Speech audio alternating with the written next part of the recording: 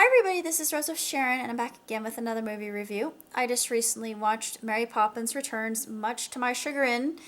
And yes, I was talked into it, and I am on the fence about this one. I love the original will never be topped. That being said, I know that some remakes, or this is actually just a sequel, it really gave off vibes of Nanny McPhee and Nanny McPhee Returns, which is a similar property but different enough that it doesn't infringe upon Seller's copyright law or her intellectual property. So good for Ms. Sellers to have her own unique property. But I like the music in it. I like the 2D animation. This is going to be a spoiler review, so if you don't want to listen to it, you can click off now.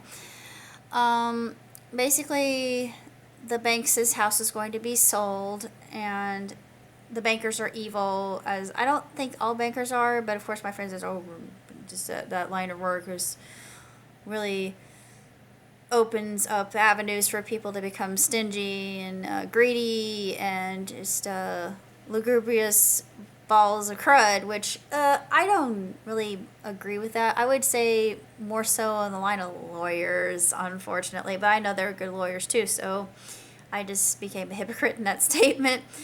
But I wondered why they even had the bowl subplot, because the bowl subplot was never resolved. And yeah, we got to meet Mary's cousin, who was delightful, and her song was uber Jewish. Sorry, I had to say it, but me being Ashkenazic, I can say it, get away with it.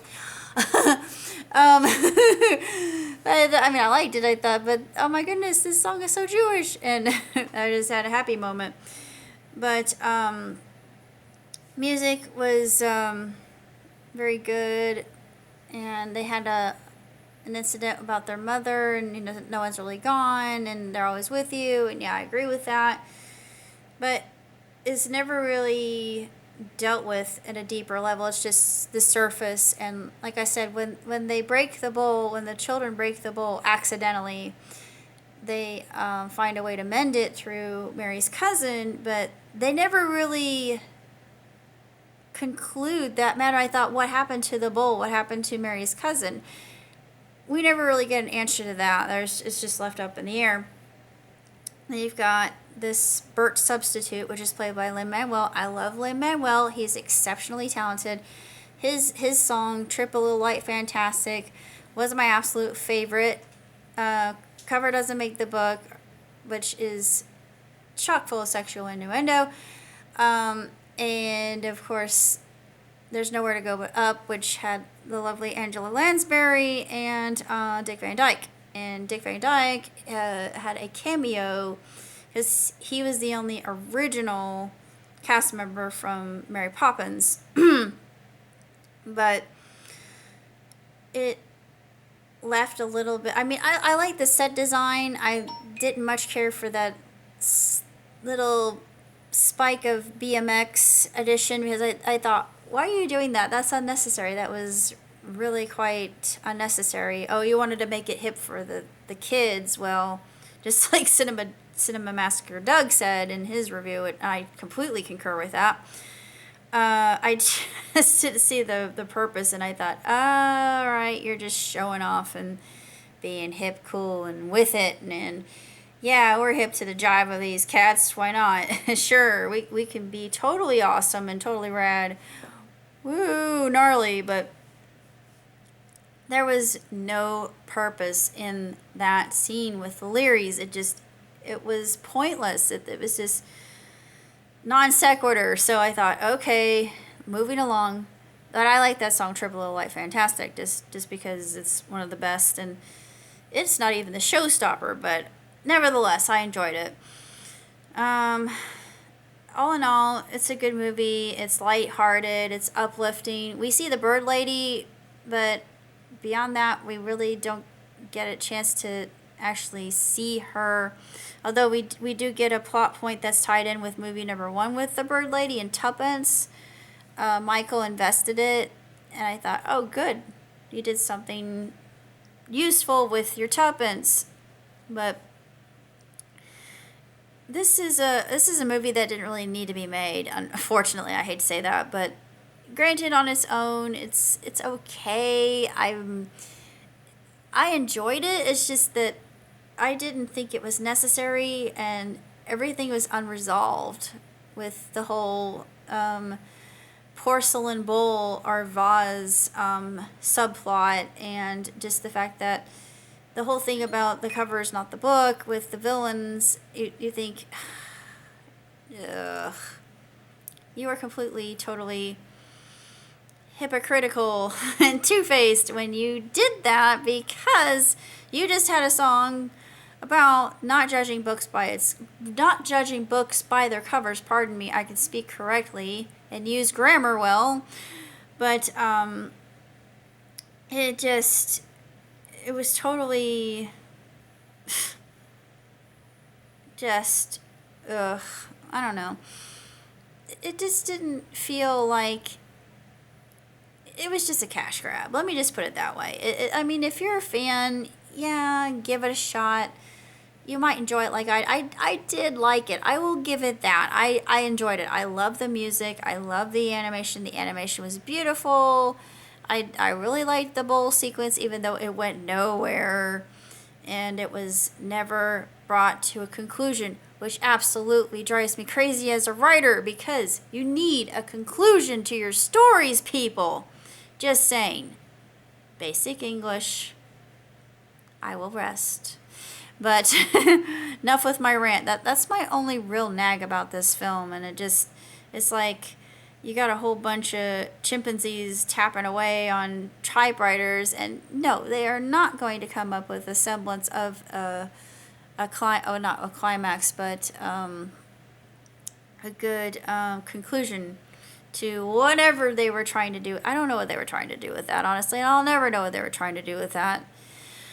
As far as plot is concerned, a whole movie, I give it 1 thumb. I can't give it 2 because I don't think it's good enough for 2 thumbs up. It's passable for what it is. It's pretty meh in other respects. It reminds me too much of Nanny McPhee Returns, even though they're 2 totally different properties. As far as rating the film, I would give it 3. 3, no more, no less. Just because, yes, it is a story that tells a good tale. It's an excellent story. You've got a slight hint of racism. Maybe it's not that overt, but you think, Disney, I thought you were way beyond that. This is not a product of its time. If I were watching a film like, say, Dumbo or Song of the South, and I don't understand why people are so highfalutin about Song of the South, because I love Song of the South. I think it's a great film. The Tar Baby is one of my favorite stories of all time, and I'm probably gonna get myself a copy of it. But I really like that movie, and God forgive me for liking it. I don't see anything wrong with it. I never did. It's a product for its time, and same thing with Dumbo. The depictions in Fantasia, I don't see a problem. I just don't. I don't understand.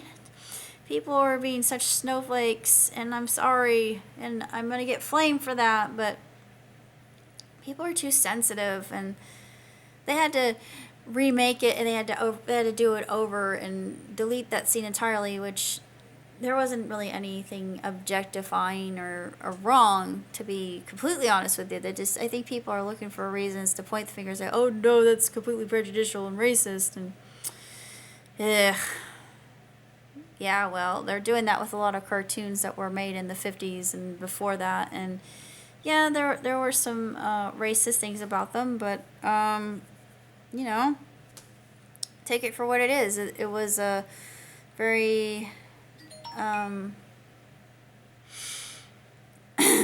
challenging time in our history, and hopefully we've overcome that a little bit, but it's almost like you can't say anything without stepping on somebody's toes anymore.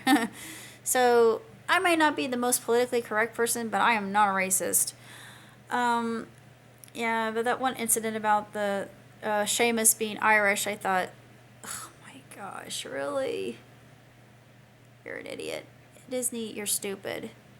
And I mean, it wasn't even subtle. It was overt, and it wasn't malicious or anything. It was very tongue in cheek, and we're laughing at ourselves. And but it was one of those things that was unnecessary as well. Same thing as I've been going through. But if you want to see it, then see it. I enjoyed it for the most part, but it just didn't stand up as far as sequels go, and not really a remake, but just it just didn't need to be made. It just is there, filling up space. But beyond that, that's basically all I have to say about Mary Poppins Returns. So until next time, live long, prosper.